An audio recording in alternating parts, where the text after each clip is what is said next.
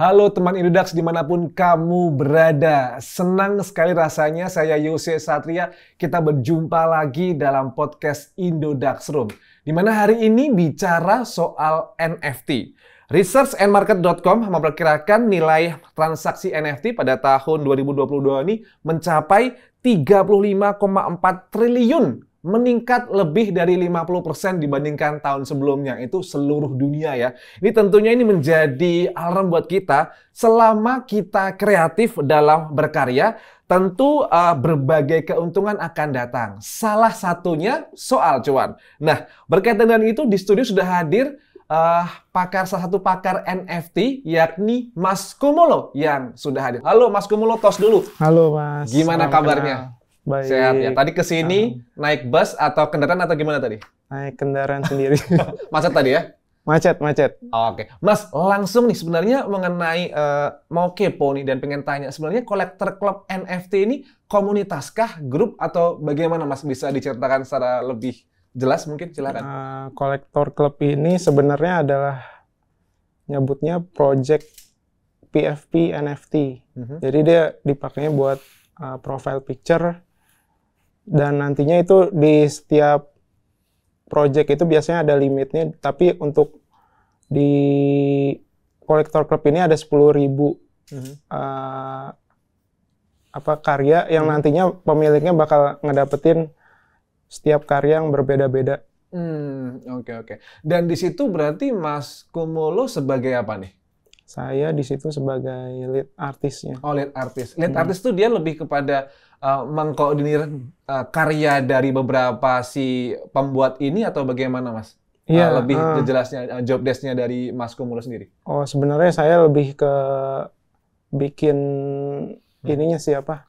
Tema dan garis besarnya buat karakter, desain dan setting serta aset-aset lainnya. Itu dari Collector Club NFT ini sudah berapa lama sih, Mas?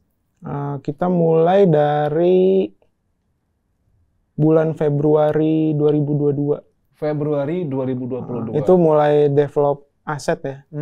Tapi untuk jualannya itu baru sekitar bulan Desember tanggal 24 tahun kemarin. Itu mulai. Itu udah ada di dalam komunitas itu sendiri sudah ada berapa orang, Mas, dari Collector Club NFT? Kalau di kita ini komunitasnya berbasis Discord ya. Jadi di Discord itu udah ada sekitar 8.000-an orang sih. 8.000-an orang? Lebih ke virtual berarti ya? Iya, lebih ke virtual. Soalnya kan kita ini base-nya dari luar negeri ya. Jadi yang kebetulan saya dan tim teman-teman yang art dari Indonesia, sisanya itu foundernya dari Australia. Dan kebanyakan yang ada di Discord group juga multi-culture juga sendiri.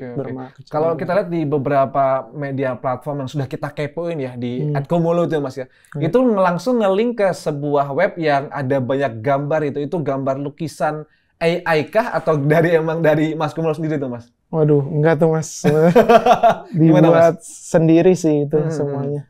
Jadi saya sebelum mulai project PFP ini, sebelumnya saya jualan karya secara mandiri aja di beberapa marketplace yang ada di Web3. Oke. Berarti itu emang Mas Kumulo awalnya memang dari karya tulis dulu, dalam arti menggambar manual dulu langsung dicetak ke digital atau langsung digital Mas kalau dalam hal lukisan seperti itu Mas? Oh, kalau saya kebetulan sih metodenya ya dengan manual dulu, terus saya scan baru coloringnya di komputer biasanya. Oh, manual dulu. Berarti manual dulu langsung di-scan menuju digital ya? Iya. Sebenarnya kalau dari lebih dalam lagi nih Mas, sedikit lebih dalam lagi, perspektif NFT secara umum, ya kan?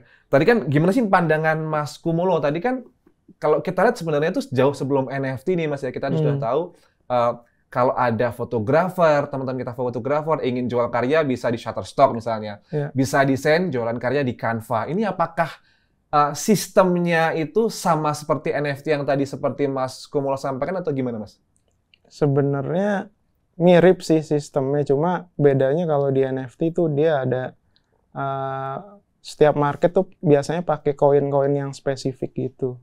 Sama kalau NFT kan tetap yang dijagoinnya itu yang royaltinya itu kan. Jadi berapa tangan ketiga atau keempat yang ngejual karya itu bakal tetap masuk ke si kreatornya, ada persentasenya itu. Tapi kalau dari perspektif Mas Kumulo sendiri, lebih cuan dan menguntungkan mana?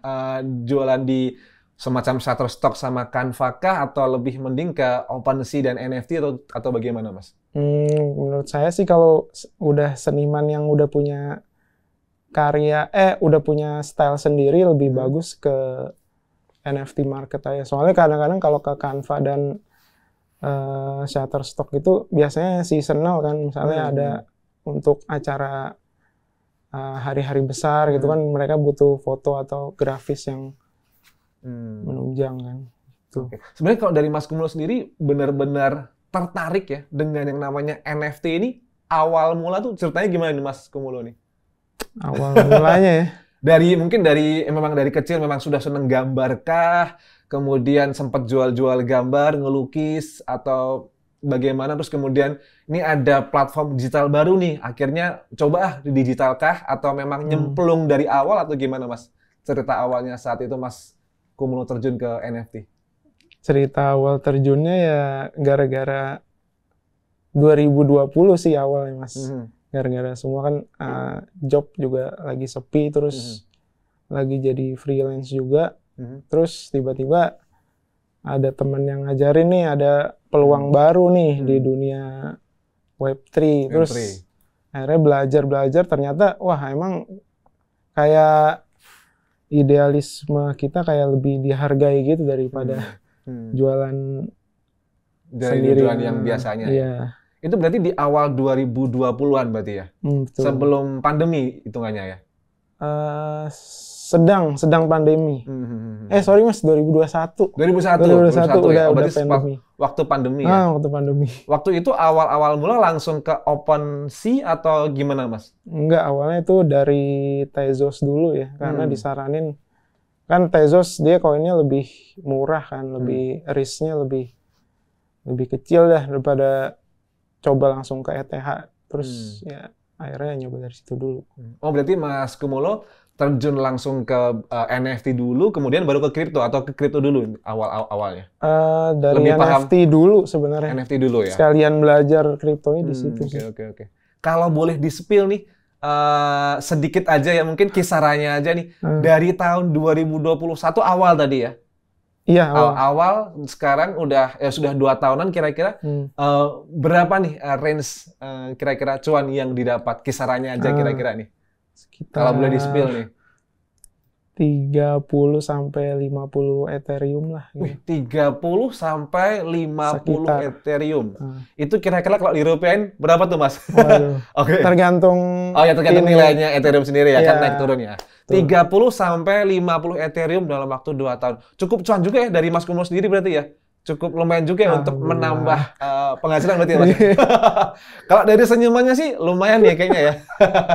Oke. Baik Mas. Sebenarnya kalau dari kita flashback sedikit Mas ya. Kalau NFT ini kan sebenarnya sejak sudah ada di Indonesia cukup ya sudah dari 2018, 2019, waktu itu awal-awal ada Princess Syahrini, kemudian ada Chef Arnold yang buat juga NFT, tapi booming itu semenjak si Gozali itu sendiri. Perspektif Mas Kumulo ini setelah boomingnya NFT Gozali seperti apa Mas?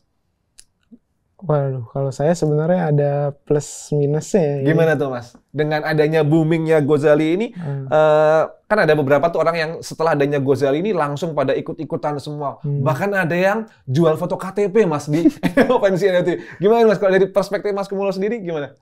Melihat hal ini Mas? Kalau saya ada 2 sisi nih. Pertama, mungkin sisi positifnya ya. Sisi positifnya jadinya gara-gara ada kejadian ini, orang-orang awam jadi ngeh kan ada teknologi nih namanya NFT dan si koin-koin digital ini. Terus tapi efek negatifnya tuh jadi mikirnya semua orang seperti biasa ikut latah ke situ. Terus kayak pas sekarang kan marketnya turun nih. Jadi kayak orang ini cuma sementara doang gitu kan. Mereka jadi bubar lagi. Sebenarnya kan ini sama kayak hal-hal lain. Jadi kayak harus tetap di situ aja. Sebenarnya kalau yang sekarang ini di tahun 2023 awal itu yang lebih menjadi target incaran pasar untuk NFT itu lebih kemana sih Mas untuk sekarang trennya? Lebih kepada suka gambar kah, video kah, atau mungkin ada voice note juga kah, atau bagaimana sih yang menjadi tren sekarang ini Mas? Kalau yang sekarang sih masih dalam bentuk gambar ya. Tapi kalau foto dan video selama yang saya perhatiin masing-masing punya pasarnya sendiri, punya kolektornya yang suka foto ada, yang suka video ada. Jadi kayak itu tergantung dari si senimannya, gimana cara dia nge-branding dirinya dan jualin karyanya di sosial media dan. Kalau Mas Kumulo sendiri lebih fokus memang ke gambar aja Mas ya? Iya. Ke depan ada mau beda lagi nggak Mas selain gambar, mungkin jualan foto juga kah atau ada yang lain juga Mas?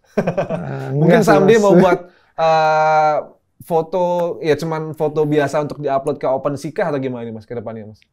Enggak sih Mas, paling mau bikin coba-coba motion mungkin. Motion ya? Atau animasi gitu. Itu juga lagi naik daun juga Mas di NFT saat ini ya? Iya lumayan juga. Seperti saya bilang masing-masing ada pasarnya, jadi kayaknya nggak terlalu ada yang naik banget gitu sih. Tapi untuk yang terbesar tadi Mas Kumulo sempat menyebutkan mention ini ya gambar ya untuk sementara ya. Iya. Kalau kita tadi di awal juga Yusi sudah sebutkan Mas bahwasanya researchmarket.com ini memperkirakan transaksi NFT nih Mas ya sepanjang tahun 2022 ini kayaknya dunia ya Mas ya. Ini mencapai lebih dari 35 triliun, tepatnya 35,4 triliun. Meningkat nih Mas Kumulo 50% lebih dibandingkan tahun sebelumnya. Nah, ini ternyata kalau kita memang bisa berkarya, bisa menghasilkan cuan nih Mas, untuk ya menghasilkan cuan, kesenangan juga, kepuasan kita juga.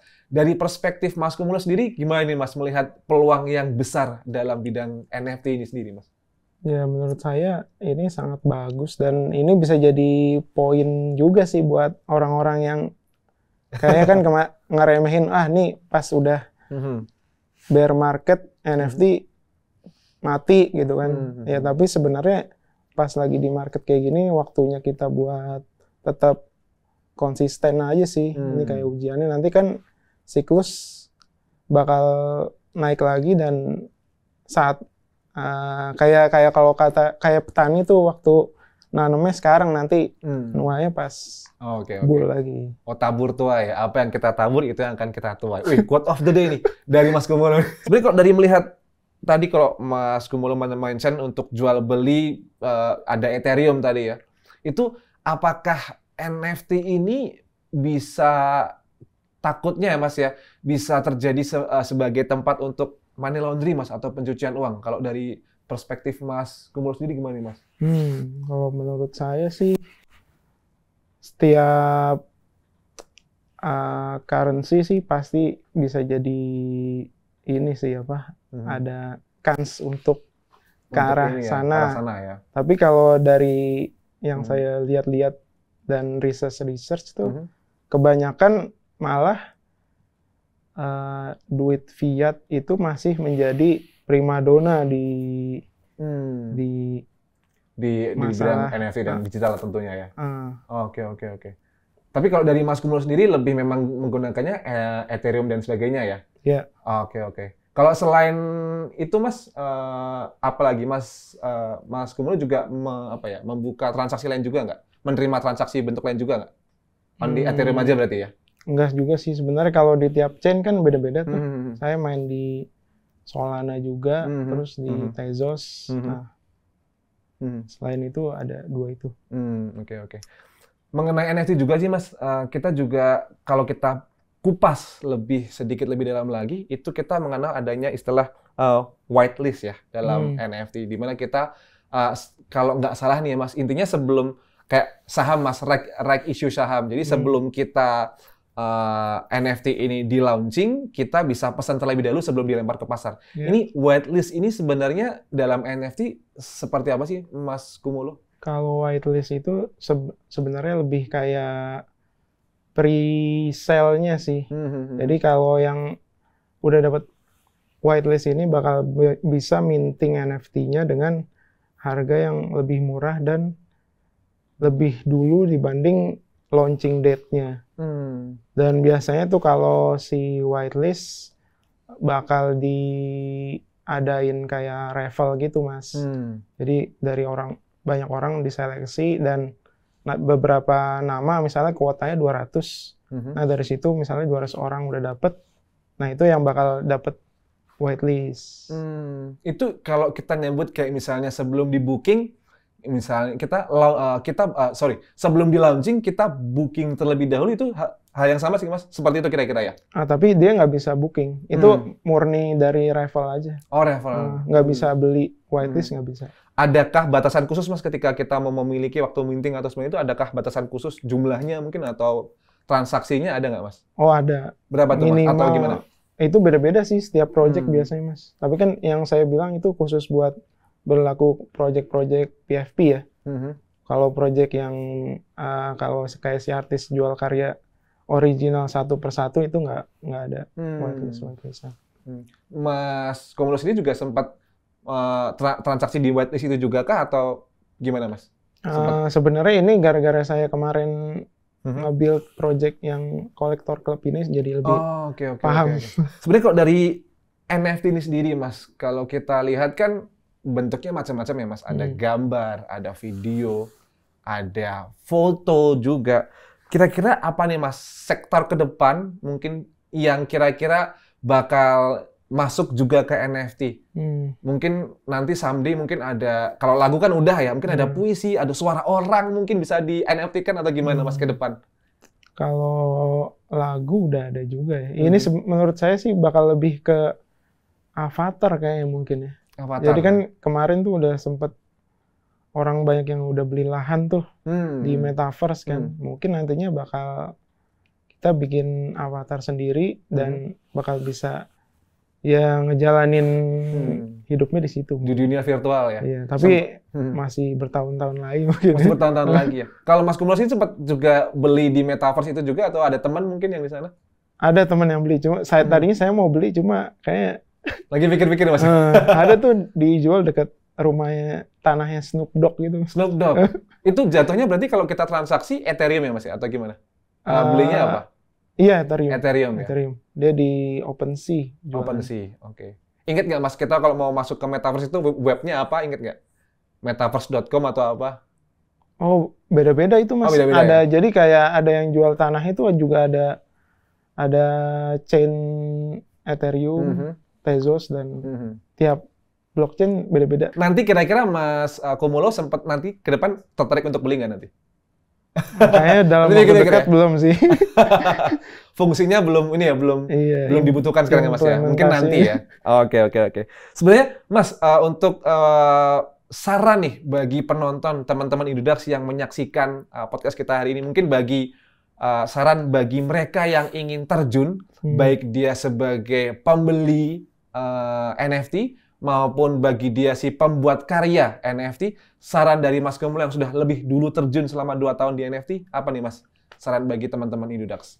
Sarannya... Yang pertama mungkin bagi pembeli NFT dulu deh, sarannya apa nih Mas?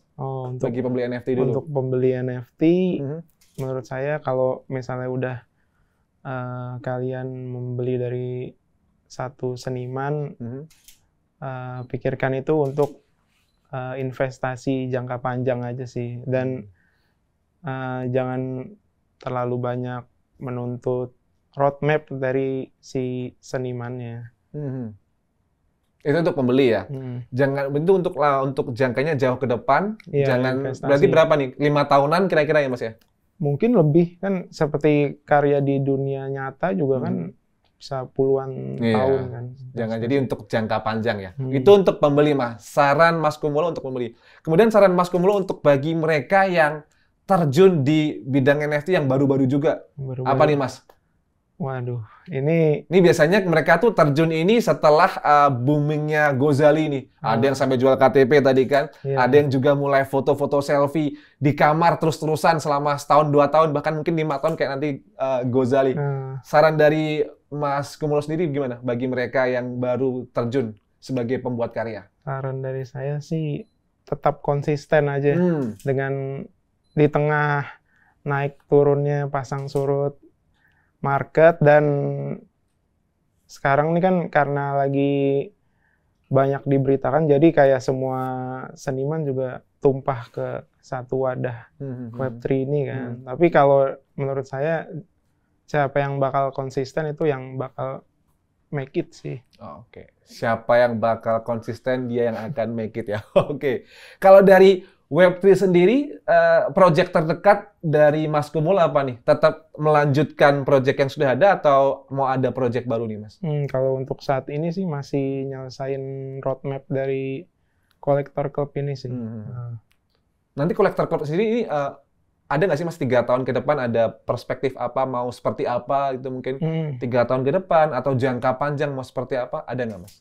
Mungkin untuk tahun ini dulu kali ya. Tahun ini dulu kita kan base-nya di Cardano ya.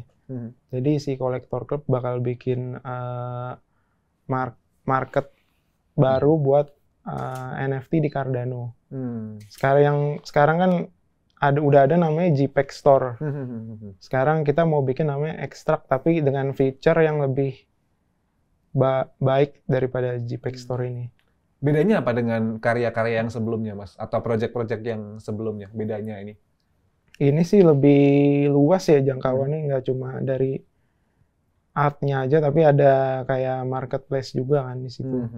Oke, dengan marketplace ya. Ini bagi penonton yang ingin juga belajar NFT seperti Mas Kumulo, ada saran nggak nih? Biasanya bisa reach out, bisa temukan Mas Kumulo di akun apa, Mas? Boleh silakan? @comolo_. Oke, @comolo_ ya, untuk bisa langsung kepo-kepo, langsung tanya, dan juga ada link webnya langsung ya Mas ya? Ada. Yang langsung ke OpenSea. Oke, terakhir Mas, ada nggak closing statement dari Mas Kumulo? Barangkali ada pertanyaan yang saya terlewatkan ke Mas Kumulo, mungkin ajakan untuk gabung kepada di Collector Club atau bagaimana? Silahkan Mas, mungkin dari Mas Kumulo sendiri. Kalau dari saya, buat semua yang nonton, semoga bisa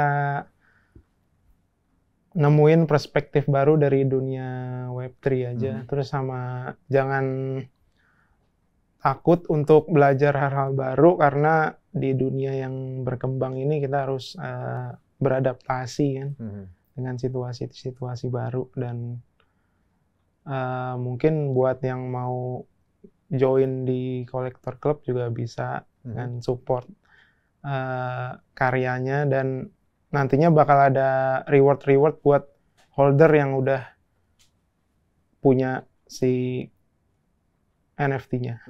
Temukan di @comolo_. Atau @tcc_nft, tapi untuk Twitter aja.